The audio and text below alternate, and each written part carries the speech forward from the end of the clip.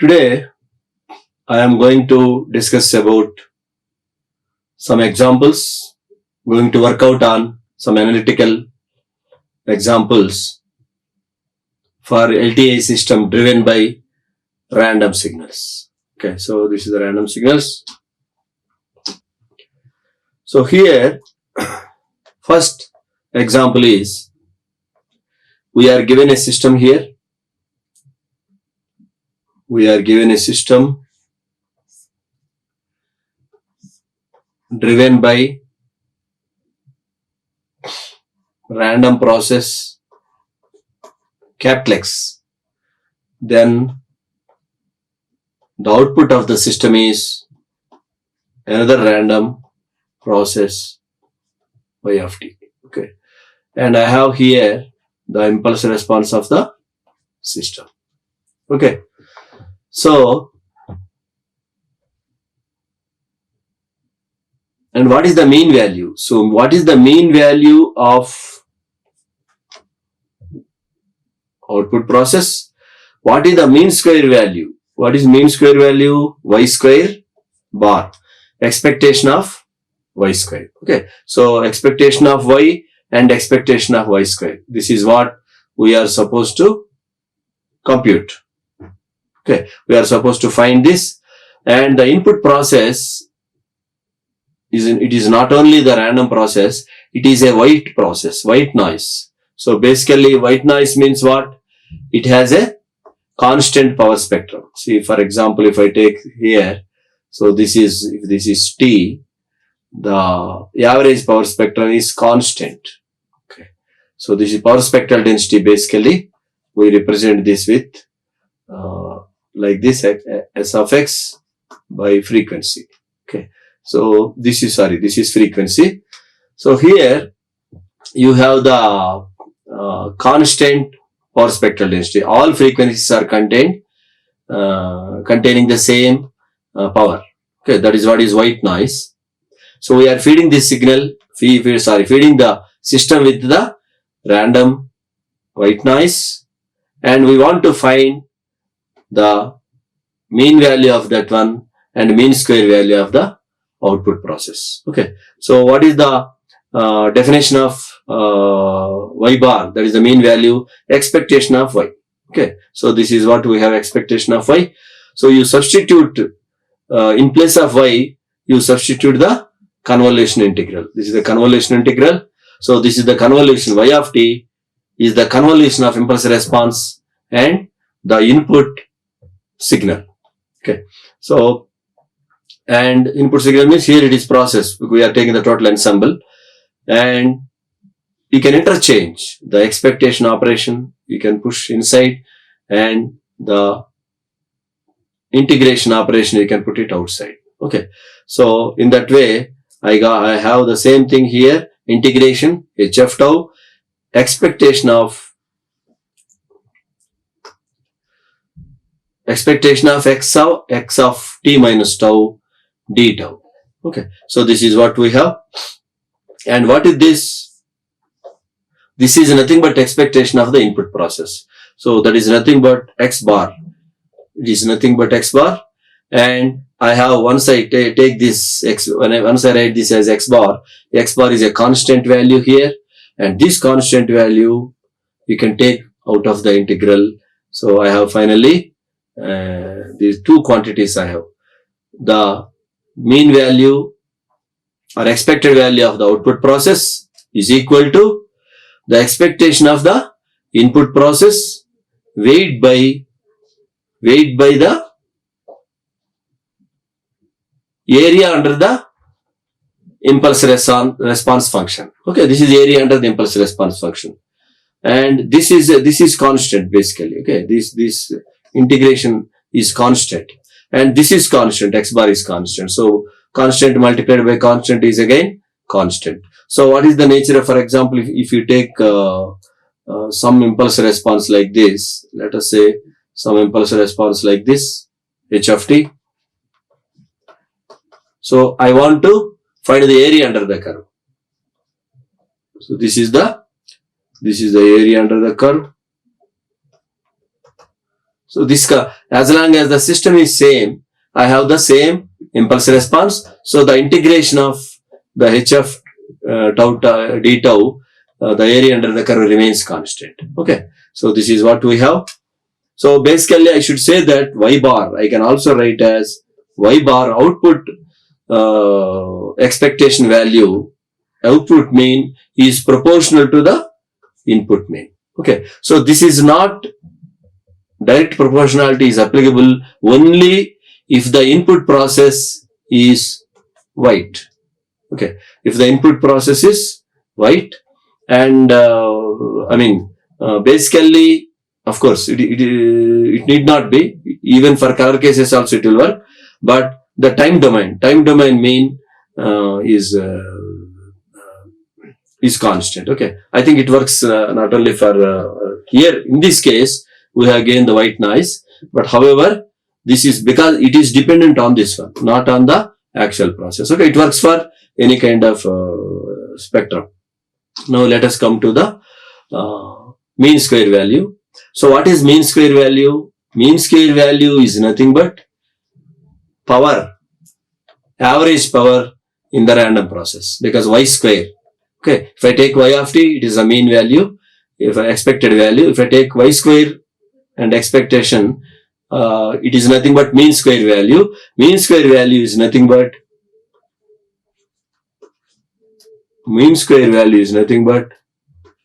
total power, average power basically. Okay. Because random process, instantaneous power may be different, but average you are taking over a long period, that is average. Okay. And by definition, I have expectation of y of t multiplied by y of t. Okay. Because y square. Now I substitute in place of first y of t, I substitute the convolution integral again, and this is another convolution integral, but the variable of integration I have shown here as a different. Okay. Because that will disappear anyway after the integration. Now this becomes double integral by rearranging the terms and taking the integrations together. I have the double integral. So, and I am collecting the two x terms together, and the remaining part I am writing it here. See, it is almost like a derivation of autocorrelation function where tau equal to 0. Okay, I think directly we can write tau equal to 0 also. Directly take the autocorrelation function if you have. Analytical, if it is available for you analytically, you take it and put tau equal to 0, this becomes the mean square value. Okay, so in this case, more generalized way I am proceeding. And here we have collected the two x terms, and after that what I have done, I have taken the expectation inside. And this integration outside. So now I have the expectation of integral, double integral, expectation of x of t minus xi1 multiplied by x of t minus xi2. These are the two x terms we have, and this is the as it is. And here let us take t minus xi1 as the you define a variable t prime equal to t minus xi1, t prime plus tau, because this is expected, we always say t and t plus tau. I mean time axis, first time axis, vertical axis on the random process, and the another one delay, another one shifted by tau. So that quantity equal to second one, that is what. Okay. So this is tau, this is tau plus t plus tau. Okay. Here t prime, this is t prime, this is t prime plus tau. Okay. This one. So that is what I have defined here. Now I call it as a 2, and I call this as a 1. 2 minus 1 if I take, I will get the tau. Okay. So this is 2 minus 1. I have xi1 minus xi2. That is what variable substitution I am doing here. And after substitution, because this is, this is why we assume that wide sense stationary process. So in that case, the autocorrelation function is not dependent on the shift. It is not dependent on the absolute time instance. It is only the time differences, okay, on the vertical axis of the random process, okay. So that is what we have, the vertical slices, 2 vertical slices. So this is what there. This is nothing but tau, correct? This is tau. So this is nothing but tau. So it is basically this expectation is nothing but autocorrelation function of the input process, okay. And the remaining things are here. Now what we can do? So this is what we have, and yeah, I think from here. So this is what we have. This is what is the we have now so far. Now we substitute this with autocorrelation function of the white noise. So what is white noise? White noise means constant. I take this is 0 plus f minus f. I have constant value. This height is nothing but n0 by 2. So this height is nothing but n power spectral density. This is nothing but power spectral density. In some places they use eta also. Okay. So this eta is generally used in several books. So this is what we have, the constant, and this is nothing but power spectrum. This power spectrum, if I take inverse Fourier transform, I will get the impulse response. I will get the autocorrelation function. So this, because it is a flat here, I have a delta function. Theoretically, I have a delta function in the autocorrelation function. So this RXX, this is the tau axis, RXX. This height is nothing but n0 by 2. Okay, it is a delta function at this is tau equal to 0, but here you have the shifted versions of delta. Okay, because you are shifting this and you are multiplying with this one. Okay, so this first integral, if I take okay, firstly I have substituted here. What is this one? This delta is a impulse function, and the n0 by 2 is constant value, and this is, I have just replaced the RXX. I have replaced. This is what RXX I have replaced here. And what I have to do, I have to multiply with this. Basically, this is a kind of convolution. So here, what I am doing is, let us say impulse response. Impulse response is like this. This is h of t. Impulse response is like this. Okay. Now I have a delta function here. Okay. Then how I will find the convolution of these two? So, I don't go deep into the convolution process. So, convolution of any waveform with delta function, you will get the same waveform again. Okay. Because if you shift it and if you move like this, if you go on moving like this in different locations, let us say it is something like it samples here. When this signal is here, then it samples this. So, all samples in the impulse response, all values in the impulse response are sampled by this delta function when you are multiplying with that one. Okay. So the convolution of any signal, any function with a delta function is again the copy of the same function. So that's why after this convolution, first convolution, okay. So up to this, of course I have separated, I have shown it here. So this is, all these are rearrangement of terms here, okay. So this is what I have done here, n0 by 2 I have taken out, and I have put boundaries for this to easily identify these brackets. I had put it, and I have collected xi1 terms here, and xi2 I have taken it outside. This is the inner one. Okay, this I am showing here as with the red color. This and this both are same.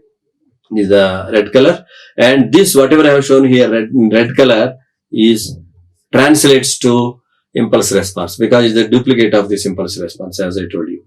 And this is again inside another integral. Okay. So h xi2, because this variable is xi2. So here this xi1, here xi1. These are the dummy variables used for integration. So then this, after integration, this xi1 will go away, and I am left over with the xi2. So this is the xi2 I have. Already the h of xi2 is there. So this is square, h square of xi2 integration with respect to xi2.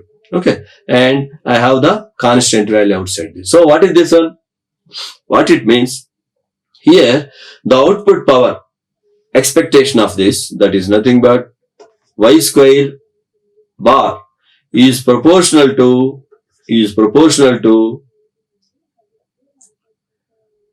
input power spectral density. Okay, is proportional to input power spectral density. That means as n0 increases, that means this height increases.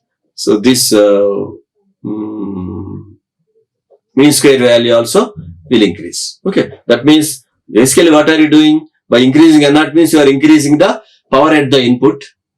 Accordingly, power at the output is also increasing. It is a simple relation.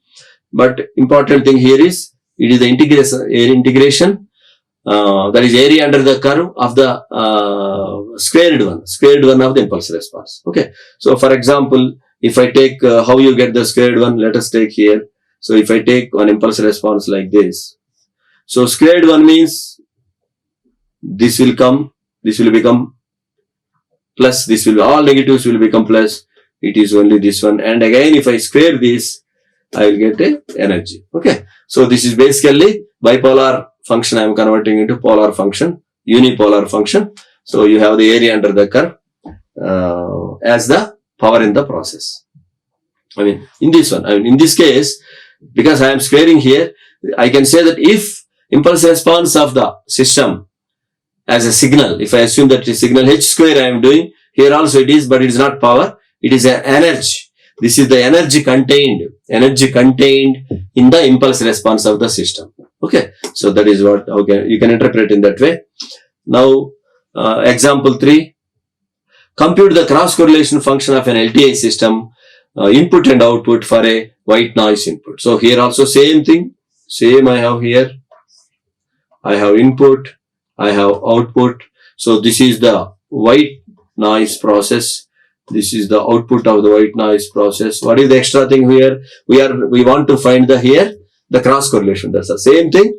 The cross correlation we want to find.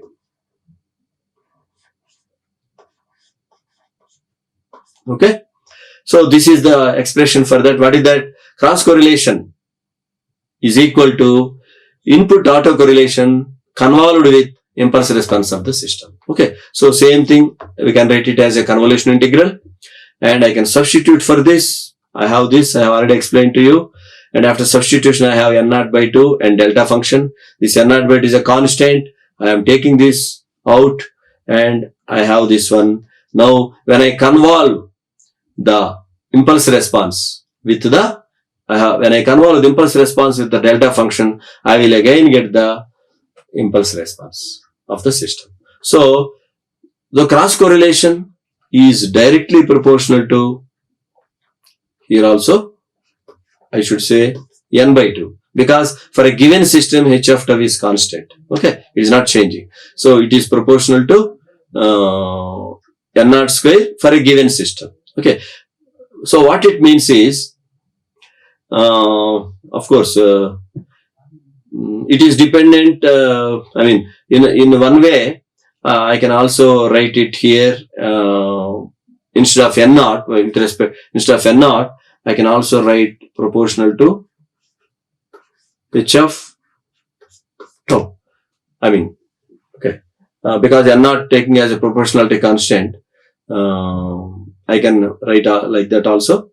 Okay. But here it is a function. Total cross correlation function Rxy is directly proportional to, in the sense, the shape, in the sense it is basically shape, same shape. It has the same shape. Shape is same. That is the meaning of this one. Okay. Otherwise, in general, what we will do, see, when I have a constant, when I have a function, I will say directly proportional to that one. Okay. So this is what is, but when I take this function as a constant function, it is proportional to, that means it is proportional to the both, proportional to the impulse response and proportional to the input power also. In that way I can interpret. Now, RYX, same thing here, definition of RYX, XY, YX. So I can show that the same thing. Earlier we have shown it is also the convolution of RXX with HF minus tau this time.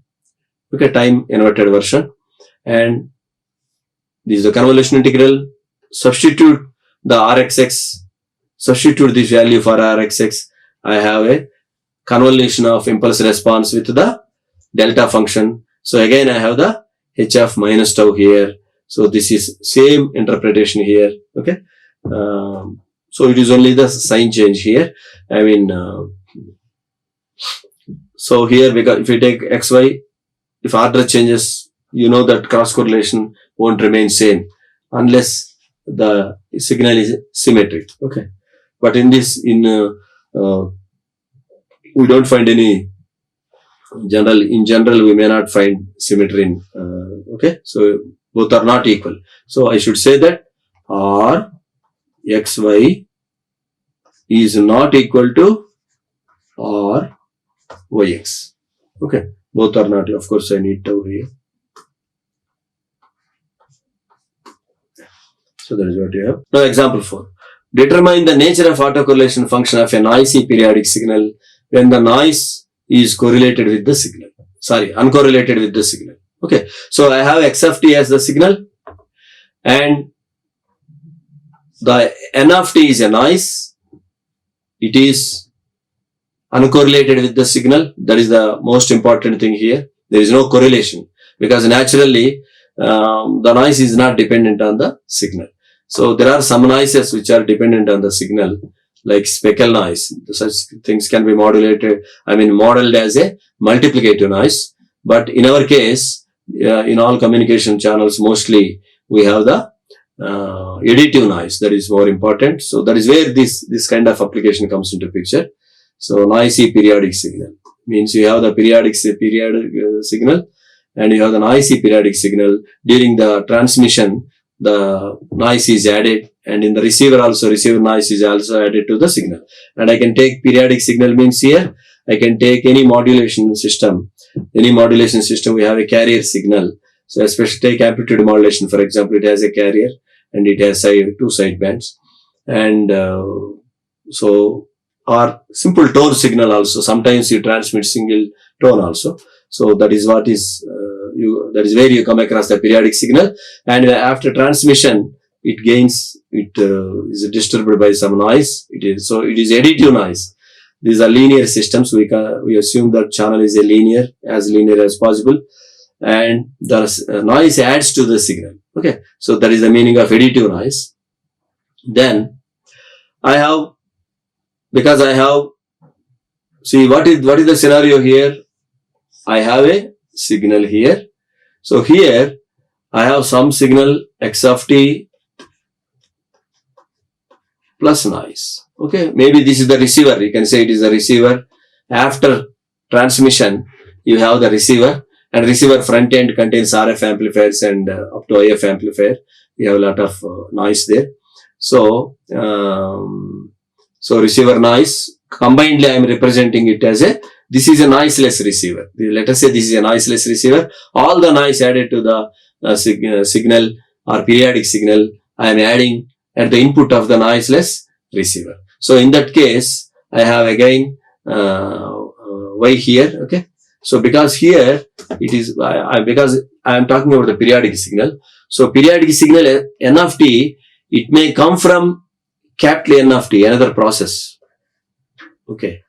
Capital N of t is a random process. Out of that random process, I have taken one sample function. That is nothing but N of t. Okay. So that is how you have to understand this. Now, because I have two signal X and noise N, I have autocorrelation of signal, I have autocorrelation of noise, and I have autocorrelation of output anyway, and I have two cross correlations. That is cross correlation of the signal with noise and again noise with signal, both are same. Okay. So these are the cross correlation functions. These are autocorrelation functions you can define in this scenario. And by definition, if I take RYY, and these are power signals. Okay, power signals means infinite time. That in time they are not limited. So what happens if I take energy? Infinite energy. So I cannot take infinite energy. That's why these random signals, whenever there is a random signal like this, okay, something like this, actually should be perfectly random. It appears a bit periodic because in my drawing it should be perfectly so now you take any time, that is t duration, as long as possible. Take t, and do all operations on this one. That means take average. Okay. So here autocorrelation I am finding like this. Okay. So the autocorrelation of the output signal, because output is also a random process now. Correct. So this is but y of t. It is y of t, and this one actually, this y of t contains both signal and noise. Okay, definitely it contains noise, but there is no guarantee there will be a signal, but output, because if the periodic signal is cut off, it is let us say it is a low pass filter which cuts off some high frequencies. If the periodic signal has that value, then automatically periodic signal may go, totally random signal you may get. So assume that it also has the periodic component, some component. The periodic component or periodic deterministic signal is not totally removed by the system. Okay, so assume that both signal and noise are passed through the system. Okay, so in that case, of course, okay, but periodic signal is a deterministic signal, but periodic signal plus noise, now it becomes a random signal. So y of t is also a random process now. Okay, it is riding. If the signal to noise ratio is high, that means if there is a sine wave, something like this, signal to noise ratio is high, then this noise rides something like this. Okay, you can clearly see the signal structure also. So this kind of thing you may get for 25 dB up to 15 dB, you can clearly see. Okay, of course 10 dB also some shape you can see. After 10 dB, probably you won't be able to see the structure in the signal. Okay, signal will be submerged in the signal less than 10 dB, like that. Okay, now I am taking the output process multiplied by output process, integration between minus t by 2 to plus t by 2, total t period, and as limit t tends to infinite, and I am dividing this into area under this curve by t. Okay, so that means basically I am finding the average. It is the average power we call it for the random process, and this is a function of tau. Okay, basically for every tau you have a one product here. Okay, so that's why it is a function, and of course when tau equal to 0, both are same, then it becomes the mean square value or total average power. Okay, so that is what we have. Now let us substitute y of t with x of t plus n of t, and y of t minus tau substitute with x of t minus tau plus n of t minus tau. Now there are 4 terms, 2 terms here, 2 terms, product of 2 by 2. Then you have the 4 terms. This is the first term, this is the second term, this is the third term, this is the fourth term. 4 terms are there, and you can because these are all linear systems, you can always separate integrations you can write for each term. So I have the first term. For first term I have this term, second term, third term, fourth term. I have 4 integrals now. So these 4 integrals, this is x multiplied by x, that is nothing but rxx. It translates into rxx. Similarly, this is rnx. So this one. So this second one here, rnx, is nothing but, okay, I will write with this one. This is the second one, and this is the third one. Third one is nothing but this. Then fourth one is nothing but this. Okay, so here I have the 4 autocorrelation functions, 4 correlation functions I should say. 2 are autocorrelation functions, rxx and rnn. Then the other 2 are cross correlation functions, which are equal to 0 because signal and noise both are uncorrelated totally. Okay. So now I have a sum here. So what happens to this sum? How they look? If I take a sine wave periodic signal, the autocorrelation function is also a sine wave. Okay. So because it's a cos square, and cos into cos square, 1 minus cos 2 omega. So, but it is a periodic one. Okay. So let us say I have some kind of periodicity like this. And what about noise? Noise as a delta function, as I told you, this is the delta function. For this is RNN will look like this, RXX will look like this. We are adding these two, correct? Of course, here it won't be 0. Some power will be there. Okay, we are here we are adding these two. So what it means? I have a periodic component, and this delta function it will come here. Okay, and on this, whatever side lobes of the autocorrelation are there, they will ride on this. What it may be constant or may not be constant. So this is what you have the combination of this. Okay, at larger taus, what it means? This is the tau axis. Tau increases. What happens? See, this is basically something like this. Okay, something like this.